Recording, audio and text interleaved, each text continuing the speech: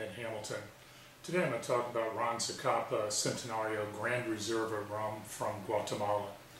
First thing you'll notice is the rich mahogany color that comes through the clear bottle. And then this royal palm plaque that goes around the bottle. So let's see what it tastes like.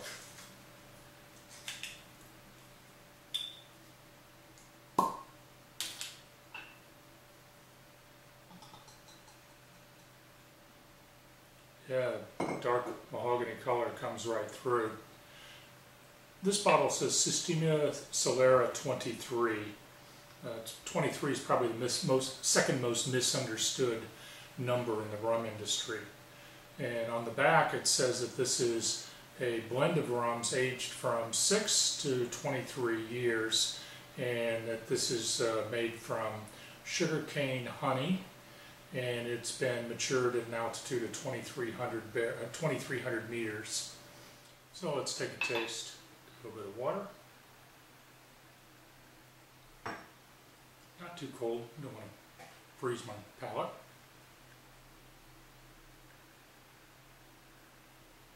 Pick up a little bit of light fruit. There's a little sweetness there. A little bit of spice. The initial taste is quite viscous. It's not assaulting, very smooth, very round body. A little bit of sweetness of pineapple, a little caramel, a little bit of baked spice, and then a smoky oak and sweet vanilla finish.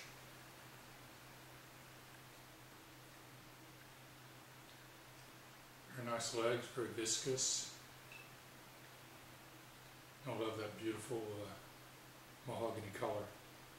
The number 23 on the label is a reference to the oldest rum in the blend.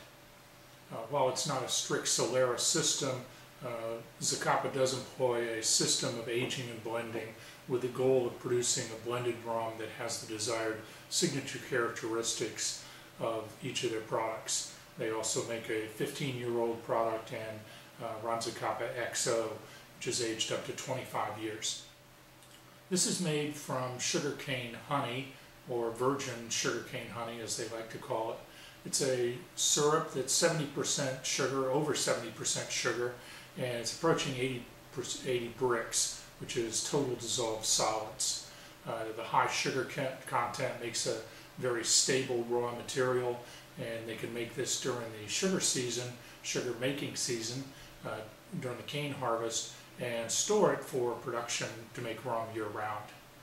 The yeast is extracted from pineapple, and then it's cultivated in the lab for fermentation.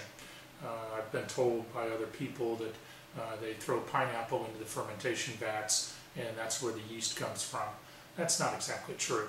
The yeast is actually extracted in the lab from pineapple. It is a wild yeast, but it's extracted from the fruit that's grown there in Guatemala. The fermentation is 4 to 5 days, which is a quite long fermentation. A long fermentation gives you more complex distillate. And it's distilled to only about 92% alcohol, so they manage to capture a lot of the flavor of this virgin sugarcane honey. During the fermentation process, because it's a long fermentation process, you have to cover the tanks, or you would have all kinds of other things coming into those tanks and contaminating the fermentation. As part of the process in covering those tanks, they're collecting the CO2, pressurized, compressed, and collected, turned into a liquid CO2, and that's sold to local soda drink bottlers in Guatemala. After distillation, the raw distillate is trucked to the aging facility, which is located at an altitude of about 2,300 meters. It's a much cooler atmosphere high in the mountains, and there they have over 300,000 barrels stored in naturally ventilated warehouses. The first step in the aging process is to dilute this distillate down to about 60% alcohol by volume, and then it's put into used bourbon and whiskey barrels for 3 years.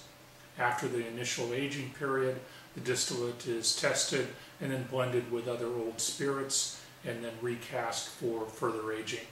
This process is repeated several times, and because all barrels don't age or mature the spirit the same way, there are constant tests and analysis done on the spirit. Each barrel has a barcode that tells the history of the product that's been in that barrel, also the history of the barrel.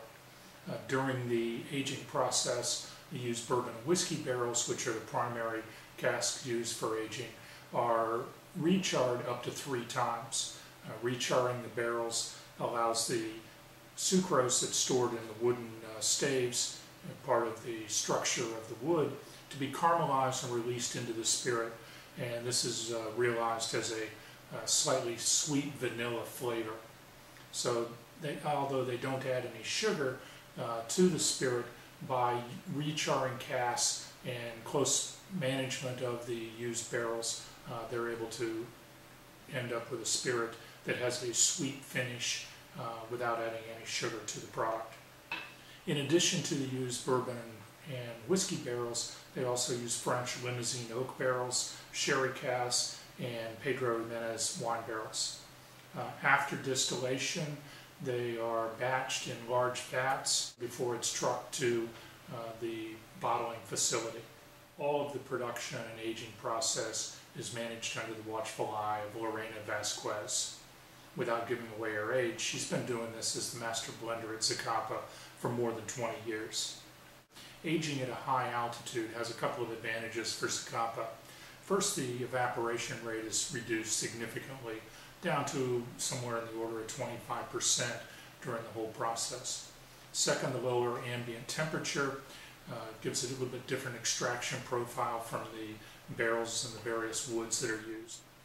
Once the maturation process is complete, the aged product is trucked to the bottling facility in the desert a few hours away. There, the proof is adjusted down to, in this case, 40% alcohol by volume, and it is bottled for distribution around the world.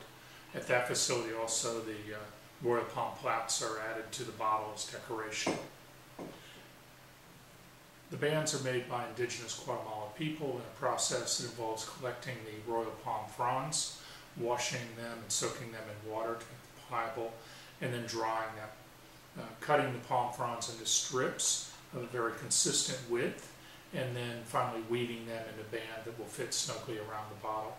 These are all made by hand, and they end up being a continuous loop. And if you look very carefully, you'll be able to tell, you might be able to tell where the band begins and ends. These are done by primarily women who have been doing it for a number of years. They're very proud of the work that they do. In April 2008, Licores de Guatemala made an agreement with Diageo for a 3-year agreement to distribute Zacapa rums around the world outside Guatemala. So this has had a few minutes to rest, and let's try and take another sip.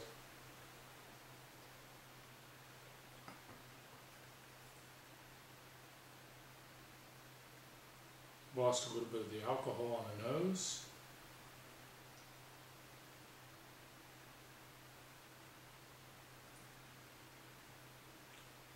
A little more robust body, a little more baked spice, baked fruit, dried fruit in the body, and again the sweetness in the finish, and little hints of vanilla, cocoa, a little bit of smokiness in the finish. Very nice, smooth rum. Thanks for joining me. If you have any questions about this or any other rums, remember you can just Google rum. Until next time, cheers.